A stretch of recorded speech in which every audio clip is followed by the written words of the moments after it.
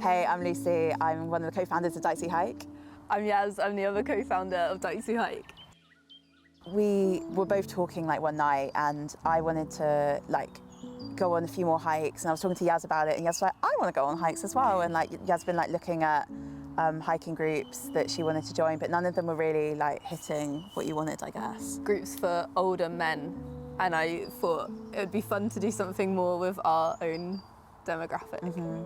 We were like, oh, well, why don't we organise a hike? We can invite some of our friends and see what happens. I guess last year, one of the things I really wanted to do was make more queer friends. And so it just felt like a nice way to do that. And also there's loads of events out there, but a lot of them are based around alcohol and going out. And we wanted something where you're able to see the world and see the nature and meet people whilst you're doing that.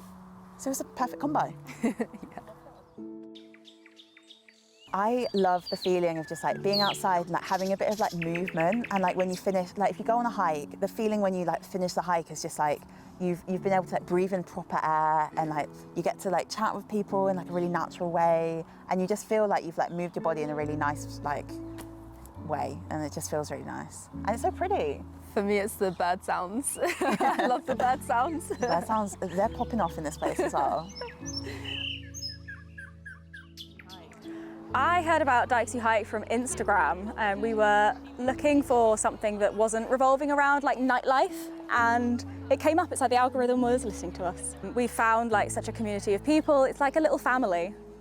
Being part of this community has made me feel really welcome. I think it's always surprised me how open and comfortable people are to chat to strangers in this space. It's always felt like quite a wholesome space, and that's something to be cherished, I think. I love coming on these hikes because obviously I'm in London all the time and I work in the city, so I don't really get to see nature. So coming out here reminds me that there's a big open world, and it's very peaceful and really good for my mental health. I think, again, growing up in London, I didn't have a lot of green spaces around me, so getting to come out to places like this, where in Osterley, where there's so much green space and it feels really peaceful.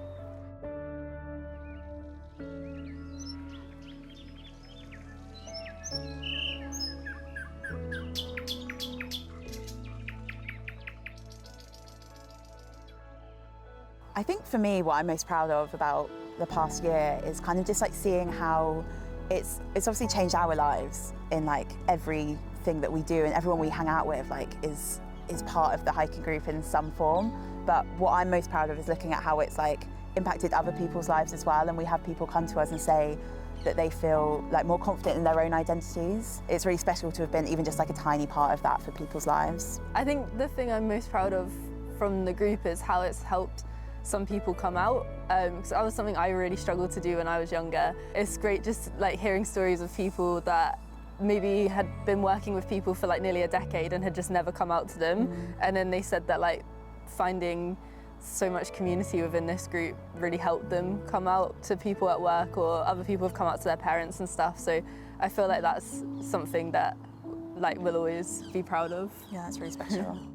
I think what's next for Dykes Who Hike is we just want to carry on growing. So we've had groups set up across the UK now. We've got a group in Manchester, Leeds, Shropshire, hopefully Edinburgh soon, Norwich, and we've even got our first international group in Zurich as well. So I think what's next is just it going global. Yeah, going global, and also really consolidating those groups in all of these different places. There's so many people that can connect on these hikes, and making sure that every time you go on a hike you have that same really special experience, and just fostering that.